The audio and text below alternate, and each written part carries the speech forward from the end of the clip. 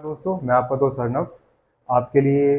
पहले तो मेरे सिर्फ ऑडियोज़ ही आते थे, जो कई ऑडियोज़ मेरे व्यूअर्स के होते थे और कईयों पे मैंने व्यूअर्स के बिहाफ़ पे बात कर रखी होती थी। पर अब मैं आप लोगों के लिए वीडियोज़ के माध्यम से भी आपको पूरी इन्फॉर्मेशन दूँगा, आपके राइट्स के बारे में, रिकवरी एजेंसीज़ के हैरेसमेंट के बारे में और इनको किस तरीके से हैंडल किया जाए उसके बारे में। ठीक है, तो मैं अब अपना वीडियो शुरू करूँगा और आपको दिखाऊँगा कि एक्चुअल में मैंने क्या प्रिपेयर करा है आप लोगों के लिए और किस तरीके से हमें इन रिकवरी एजेंसी वालों को हैंडल करना है और मुँह तोड़ जवाब देना है, क्योंकि ये लोग तो मानने वाले हैं नहीं। इन चवन्नी छापों के पास पैसा निकालने के लिए सिर्फ इल्लीगल तरीके ही हैं, क्योंकि लीगल तरीके से तो ये बात करना ही नहीं जानते कस्टमर से।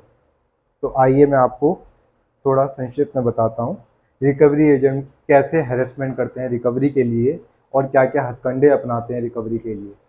ठीक है, तो क्या क्या आपके साथ होता है अगर आप अपना अनसिक्योर्ड लोन, जो कि क्रेडिट कार्ड आपका हो गया, पर्सनल लोन हो गया, और भी बहुत सारे लोन होते हैं, बिजनेस लोन भी होते हैं अनसिक्योर्ड में आपके, आपका एजुकेशन लोन भी आता है। ठीक है, और क्रेडिट कार्ड पे भी लोन मिलता है आपका, इन सब पे। तो अभी देखते हैं, सबसे पहले तो आपके साथ क्या होगा अगर इन फ्यूचर अगर आप पे नहीं कर पाते या फिर आप अभी ही डिफ़ॉल्ट कर गए हैं, 1-2 महीने से नहीं पे कर पा रहे हैं, तो सबसे पहले तो भाई साहब आपका जो है ना सिविल स्कोर बिल्कुल डाउन कर देंगे वो सीधा ही। आपने अगर 3-4 कार्ड ले रखे हैं, 10 कार्ड ले रखे हैं और आप नहीं भर पा रहे हैं, तो ये आपका सिविल स्कोर बिल्कुल एकदम नीचे आएगा। जो आपका कभी होता होगा 750 प्लस में, वो एकदम से 600 के आसपास पहुंच जाएगा अगर आपने डिफ़ॉल्ट कर दिया कई सारे बैंकों का। क्योंकि फाइनेंशियल सिचुएशन जब ख़राब होती है तो इंसान ये नहीं पता लग पाता कि वो कितनों का डिफ़ॉल्ट कर रहा है और कितनों का नहीं, उसको उस टाइम पे ऐसे हालात बन जाते हैं। क्योंकि मैंने भी भुगता हुआ है, मुझे पता है कि किस तरीके की सिचुएशन आती है। पर ये चीज़ें रिकवरी एजेंसी वाले नहीं समझते हैं, ना बैंक समझता है। बैंक तो आपका डेटा ऐसी एजेंसी में डालेगा जहाँ पे आपके साथ पैसे निकालने के लिए बाय हुक बाय क्रुक कुछ भी करेंगे वो। मतलब वो कहते हैं ना कि वो कुछ भी कर देंगे, मतलब उनका बस चले ना तो वो ये भी कह दें कि भाई साहब आपको फांसी हो जाएगी अगर आपने पेमेंट नहीं करी। हालांकि ये है सिविल मैटर, पर वो बोल देंगे भैया, उनका बोलने से कुछ नहीं जाता। और उसकी वजह से कई कस्टमर जो हैं वो इतना ज़्यादा परेशान हो जाते हैं, हैरेस हो जाते हैं कि सुसाइड तक कर लेते हैं। तो आइए मैं आपको दिखाता हूँ कि किस तरीके से इनका हैरेसमेंट चालू हो जाता है और किस तरीके से ये कस्टमर को किस हद तक परेशान कर देते हैं। तो भाई साहब सबसे पहले सिविल स्कोर डाउन हो गया, इसकी बात हमने कर ली है। अब आएगा होम विजिट।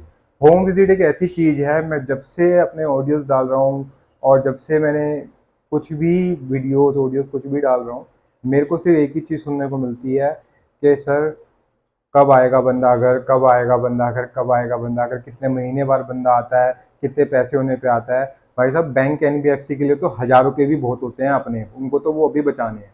पर होता क्या है, बंदा वो तभी भेजते हैं जब एक कम से कम छोटा मोटा कुछ ना कुछ 10-20 हज़ार रुपया तो हो, तभी तो वो बंदा आपके घर पे भेजेंगे। पहली चीज़ ये। और दूसरी चीज़ ये, अगर बंदा आ भी जाता है तो आपको घबराने की ज़रूरत नहीं है, आपको डरने और परेशान होने की ज़रूरत नहीं है, क्योंकि यही तो डर है जिसकी वजह से वो आपके घर पे बंदा भेज रहे हैं। आपका वो डर ही खत्म हो जाएगा तो आपके घर पे कोई ऐसा तो है नहीं कि भैया जल्लाद आएगा और आपको फांसी पे चढ़ा देगा। वो तो एक चवन्नी छाप है, उसका तो काम है जी, आपकी लीड मिलेगी, वो घर जाएगा आपके, आपको पूछेगा। बस ये है कि उनका हैरेसमेंट करने का पर्पस होता है और वो आप ऑलरेडी मानसिक तौर पे हैरेसमेंट हो ही रही है आपकी, क्योंकि आप तो पहले से ही परेशान है। ये बंदा आएगा, बंदा आएगा, बंदा आएगा, बंदा आएगा, कब आएगा, कब आएगा, कब आएगा, बस आप लोगों के दिमाग में एक यही चीज चलती रहती है। और मेरे साथ भी ऐसा हुआ है, क्योंकि यही एक मेंटल स्ट्रेस होता है। बंदे को ये पता होता है, हम लोग जितने भी लोग क्रेडिट कार्ड लेते हैं और नहीं भर पाते हैं या पर्सनल लोन लेते हैं नहीं भर पाते हैं, रीजन यही होता है क्योंकि हम लोग एक मिडिल क्लास फैमिली से बिलोंग करते हैं। और मिडिल क्लास फैमिली का सबसे बड़ा रीजन ये होता है कि लोगों की जेब में पैसे कम होते हैं और उनके खर्चे कभी कभी ज्यादा होते हैं। लोग ये सोच के लेते हैं कि हम फ्यूचर में भर देंगे और कई साल तक हम भर भी लेते हैं, पर कभी कोई सिचुएशन ऐसी आ जाती है कि हम लोग पैसे नहीं भर पाते। पर बैंक और एनबीएफसी को ये बात समझ नहीं आती है। तो उनके लिए भाई साहब यही है, उनको कहिए कि भाई साहब आप कायदे से रहिए, जो बैंक के रूल रेगुलेशन है, आरबीआई की गाइडलाइन है, आप उसके अकॉर्डिंग रिकवरी कीजिए। अगर आप उससे ज़्यादा बोल रहे हैं तो भाई साहब आप अपनी ना मुझे एजेंसी का नाम और एड्रेस दे दो, मैं आपको अपने आप देख लूंगा फिर। और उस बैंकर को भी देख लेंगे जिस बैंकर ने आपको डेटा दिया है। वो ये कभी बता ही नहीं पाएंगे आपको। आप जब होम विजिट की बारी आएगी ना, आप एक बार मेरे कहने पे ना कैमरा ऑन करके देख रख लो, बंदे को आने दो, कैमरा ऑन करके रख लो। अगर वो बंदा आपको बता के आ रहा है ना, तो उसको बोलो हाँ भाई इस टाइम पे आ जा। आरबीआई की गाइडलाइन यही कहती है कि अगर मैं चाहूँ तो उस बंदे को बाहर भी बुला के मिल सकता हूँ, मेरी प्राइवेसी भी है। ये आरबीआई की गाइडलाइन है। पर अगर फिर भी अगर वो आपके घर आ जाता है तो घबराने की कोई बात नहीं है। एक बार बंदा आ जाए ना, उससे सिर्फ ये बोलो कि भाई तू अपना आई कार्ड दिखा, अपना ऑथराइजेशन लेटर दिखा। बिना आई कार्ड और ऑथराइजेशन लेटर के अगर वो आपके घर आ रहा है तो भाई साहब आप उसके खिलाफ ना एफआईआर तक करवा सकते हो। क्योंकि आपको नहीं पता कि वो चोर है, ठग है, क्या है। क्योंकि कल को अगर आपके साथ कोई ऊंच नीच हो गई, मारपीट हो गई, कोई बात हो गई, तो बैंक तो बिल्कुल जिम्मेदारी लेगा ही नहीं। बैंक सीधा ये कहेगा जी भाई साहब हमने तो भेजा ही नहीं था, हमारा तो वो बंदा ही नहीं था, हम तो इसको जानते ही नहीं है। क्योंकि वो आपको एजेंसी नहीं बताएगा अपनी, वो आपको ऑथराइजेशन लेटर नहीं दिखाएगा। इसका मतलब वो इलीगल रिकवरी कर रहा है, वो चवन्नी छाप है, उसको तो मिलेगी परसेंटेज, जो पैसा वो निकालेगा उस पे। तो वो परसेंटेज आप उसको मत लेने दो। आप उसको कहो कि भाई तू पहले तो मुझे अपना आई कार्ड दिखा, ऑथराइजेशन लेटर दिखा। नहीं है तो भाई तू यहाँ से निकल ले चुपचाप, इससे पहले कि मेरा मत्था घूम जाए, मैं 100 नंबर पे पुलिस को बुला लूं फोन करके और तुझे अंदर करवा दूं। तू यहाँ से चुपचाप निकल ले। अगर आपको देखना है कि किस तरीके से इनको हैंडल किया जाता है, तो मैंने एक एजेंट की डाली हुई है रिकॉर्डिंग, पेटीएम लोन रिकवरी करके है। उस पर आप जाके देखोगे ना भाई साहब, उस एजेंट की ना हवा गुल है। वो बंदा ना अपना आई कार्ड दिखाते दिखाते छुपा लिया उसने। आई कार्ड तो उसके पास था ही नहीं, मोबाइल में डिजिटल कार्ड लेकर आया था वो डिजिटल कार्ड भी वो दिखा नहीं पाया कैमरा ऑन होने के पास, क्योंकि उसको पता है वो इलीगल काम कर रहा है। उसको पता है उसके पास ऑथराइजेशन लेटर नहीं है। उसको पता है कि कल को कोई बात हो गई, मैंने कस्टमर को फोन पे उल्टा बोला था, मुझे उसने थोड़ा सा उल्टा बोल दिया, मैंने उसको बुलाया, मैंने कहा भाई तू आ जा एक बार, तू मिलके बात कर ले, तेरे को फोन पे बात नहीं समझ आ रही है। तो इसी तरीके से आपको बुलाना है, और जैसे मैंने उससे बात की ना बिल्कुल वैसे ही उससे बात करो। उससे मांगो कि भाई तू दिखा दे एक बार, मुझे अपना एविडेंस दिखा दे तू एक बार, कि तेरे पास है कि नहीं है आई कार्ड, तेरे पास रजिस्ट्रेशन लेटर है कि नहीं। और अगर हो भी तो भी मना कर दो यार, मना ही तो करना है, मना कर दो तब भी। पहले तो उससे ये मांगो, ये मांगने के बाद अगर वो दिखा दे तो मना करो। और अगर वो नहीं दिखाता तो उसको ऐसे ही भगा दो कि भाई मैं तेरे से क्यों बात करूं, मैं तो तुझे जानता नहीं पहचानता नहीं ना, तूने मुझे पैसे दिए। उसको सीधा भगा दो, क्या भाई हमें नहीं तेरे से कोई बात करनी। उसके बाद भी अगर आपको लगता है ना कि आपको नहीं हैंडल हो रहा है, तो भाई साहब फिर आप ना मेरी वीडियो देख लेना। और उसके बाद भी अगर नहीं होता है तो आप मुझसे कांटेक्ट कर सकते हैं। मेरा अबाउट में, चैनल के अबाउट में मेरा नंबर मेंशन है। ठीक है, तो अब आगे बढ़ते हैं। उसके अलावा तीसरा तरीका क्या है हैरेसमेंट करने का, जिससे लोग बहुत ज्यादा परेशान होकर अपना कभी कभार तो कुछ लोग फोन ही स्विच ऑफ कर देते हैं, इतना परेशान हो जाते हैं। वो है फॉलो अप करना रिगरसली। एक एजेंसी के पास डेटा जाएगा और ऑटोमेटिक डायलर पे नंबर लगा दिया जाएगा और धड़ल्ले से नंबर बजेगा आपका। मतलब हर 10 मिनट में, 15 मिनट में एक कॉल आएगा आपके पास, और सेम जगह से आएगा, सेम बैंक से आएगा, सेम एनबीएफसी से आएगा। मतलब आपको इतना मेंटली स्ट्रेस में डाल देंगे ना वो, क्योंकि उनके पास यही तरीका है। अब आपने कुछ गिरवी तो रखा नहीं अनसिक्योर लोन में, जो आपको वो वसूल लें अपने पैसे। मेंटल टॉर्चर ही वो कर सकते हैं और वो कर रहे हैं, और उसमें वो लगे पड़े हैं अपना मेंटली टॉर्चर में आपके साथ।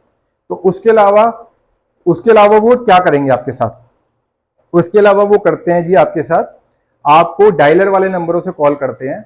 जो डायलर वाले नंबर होते हैं जी, उस पे ना कॉल बैक नहीं होता, वो कंप्यूटराइज नंबर होते हैं। वो ऐसे नंबर्स होते हैं जिनसे अगर किसी ने आपको कॉल किया है ना, आप कॉल बैक नहीं कर पाएंगे।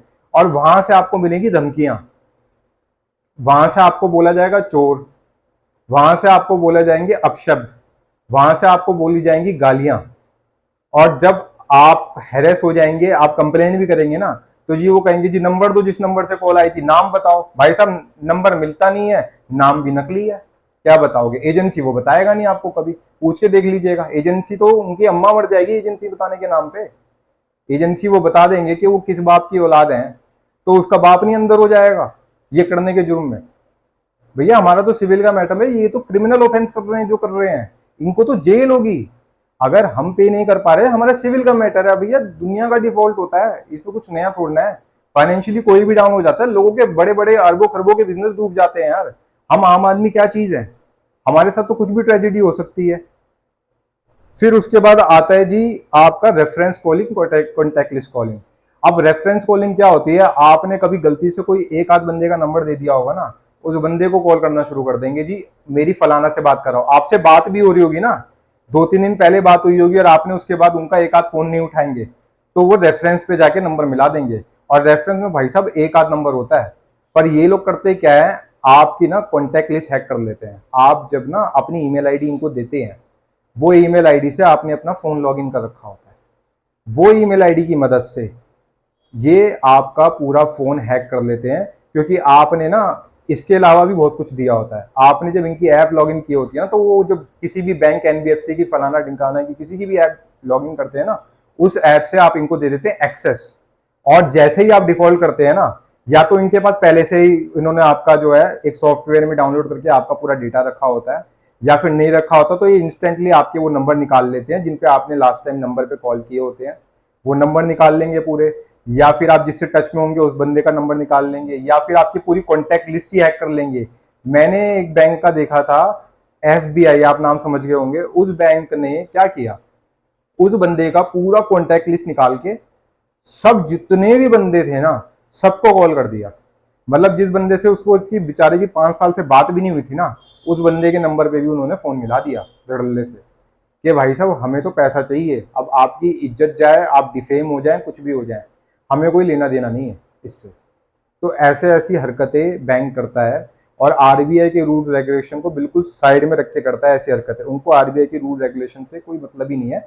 उनको सिर्फ आपके ना दिमाग पे इतना प्रेशर भर देना है, इतना प्रेशर भर जाना है कि आप ना अपनी घर, जमीन, जायदाद सब बेच के उनको पहले पैसे दोगे, उनका 60% का ब्याज भी भरोगे उनसे पीछा छुड़ाने के लिए। वो ऐसा आपके साथ कर देंगे।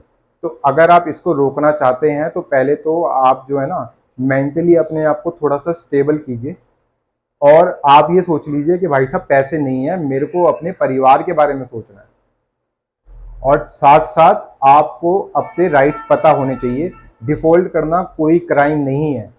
अगर आप डिफॉल्ट कर देते हैं तो वो क्राइम नहीं है। आपके पास पैसा नहीं है, आपकी नौकरी चली गई, आपका बिजनेस डूब गया, या आपकी आमदनी कम हो गई, आपके खर्चे ज़्यादा थे, आपका परिवार आप पे डिपेंड है, तो वो ये कोई क्राइम नहीं है। आप सिर्फ बताइए। अगर वो नहीं समझ रहा है और आपके साथ कुछ बदतमीजी कर रहा है, तो उसकी रिकॉर्डिंग लेके भैया आप उसकी कंप्लेंट डालिए। बैंक है तो नोडल ऑफिसर को डालिए, एनबीएफसी है तो उसमें भी वहाँ पे आगे लिखा होता है कि कैसे इनकी कंप्लेंट की जाएगी। और अगर वहाँ से रिस्पॉन्स नहीं आता तो आरबीआई को डालिए। और जब तक रिस्पॉन्स नहीं आता, उन लोगों से फालतू बात करिए ही मत। यही इनका सबसे बढ़िया तरीका है। और कॉन्टैक्ट लिस्ट अगर आपकी हैक होती है ना भाई साहब, तो आप ना स्टेटस पे अपडेट कर दीजिए जी कि मेरा जो फोन का डेटा है वो लीक हो गया है, चोरी हो गया है। तो कोई भी अगर बंदा मेरे नंबर या मेरा नाम बता के या मेरी फोटो भी भेज रहा है, फोटो भी भेज देते हैं चवन्नी छाप आपकी, क्योंकि आपने कोई क्राइम तो किया नहीं है, आपने तो अपना पैन आधार दिया ही था बैंक को या एनबीएफसी को, वो भी निकाल के उसमें से फोटो अटैच करके दे देते हैं भाई साहब कि ये लो, ये बंदा था, ये बंदा चोर है, ये बंदा पैसे नहीं भर रहा है, तू इसको जानता है, तुझे भरने पड़ेंगे। ऐसी ऐसी बातें ये करते हैं। नया जिस बंदे को नहीं पता वो तो घबरा जाता है। तो आपका यही करना चाहिए, आपको अपने स्टेटस में लगाइए, सब कॉन्टैक्ट को भेज दीजिए स्टेटस में लगा के, जी मेरा नंबर जो है वो किसी ने हैक किया है, मेरा प्रोफाइल किसी ने हैक किया है। कोई भी आपसे पैसे मांगे, मेरा नाम ले, मेरी फोटो भेजे, आप उसको तुरंत रिपोर्ट कीजिए और साइबर क्राइम में रिपोर्ट कीजिए। साइबर क्राइम में उसका नंबर दीजिए, उस बंदे को रिपोर्ट कीजिए तुरंत ही। तो आज के लिए मैं आपको यही बताना चाहूँगा, मेरी दी गई इन्फॉर्मेशन आपको अच्छी लगे और आप अगर चाहते हैं मैं इन रिकवरी एजेंटों की जो इलीगल तरीके से रिकवरी करने की कोशिश करते हैं आरबीआई को साइड में रख के, इनकी अगर बैंड बजाता रहूं और इनके बारे में आपको इन्फॉर्मेशन देता रहूं, तो कृपया करके आप मेरे चैनल को लाइक कीजिए, वीडियो को, और सब्सक्राइब कीजिए और बेल आइकन को प्रेस कीजिए। ठीक है, आज के लिए इतना ही।